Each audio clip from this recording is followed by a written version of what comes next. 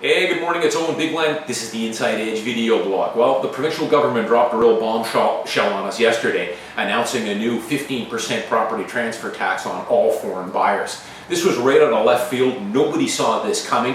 So I wanted in this blog to quickly explain what I think the implications are going to be on this new 15% tax on the market, Vancouver market, going forward. So a couple of things we want to make sure that people understand here. This 15% PTT, effective August 2nd, is applicable on all foreign buyers.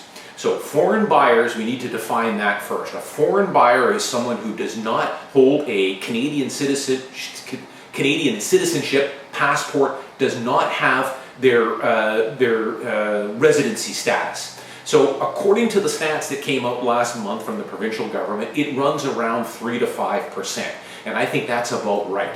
Let's call it 5% of all the buyers in the province right now are classified as foreign buyers.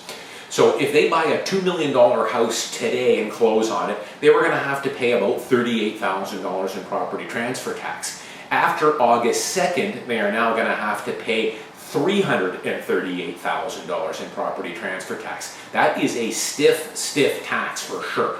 Now, on the social media and on some of the video blogs, Globe and Mail, Vancouver Sun, I'm hearing some people thinking, oh, it's not going to have a big effect on the market. For most buyers, foreign buyers, it's just the cost of doing business. Well, they might be right, but I'm under the belief that it might have a bit of an effect on the market going forward, especially at least on foreign buyers.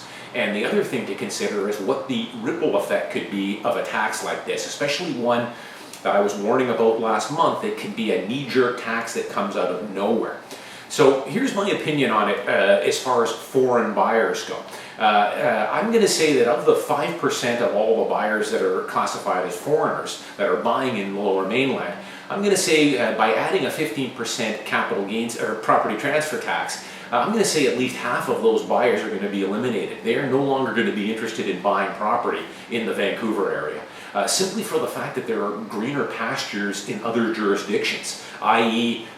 Southern California, Northern California, Manhattan, South Florida, Miami, Brickell. All those areas have seen a huge influx in foreign money, Chinese nationals or foreign buyers coming in. And I think if you had a $2 million home that you could buy today for $38,000 tax, you now have to pay $338,000 in tax. I think a lot of those foreign buyers are going to look to other areas. I think there's just better opportunities in areas like Southern California. The prices aren't quite as high per square foot, and the taxes are substantially less. So that will have an effect on the foreign buyers, in my opinion. Now, the other thing you want to consider is what the ripple effect of this can be, and that is the great unknown here. Is it going to spook the market for the rest of the buyers? And that we'll have to see. We'll have to see how it plays out over the next couple of months. People should also remember, too, that what we're doing with this PTT, 15% PTT tax, is curbing foreign buyers, and we're not curbing foreign capital. There's a big difference there. 90% of the buyers that are buying in the Lower Mainland the majority of them are from mainland China. But they are either Canadian citizens, they've got their permanent residency status. So they are able to buy a home, have it as their principal residence. If they sold it 5 years and made $1 million in capital gains on the home, that money would flow to them tax-free. So that still is about 90% of the market right now is not considered to be a foreign buyer.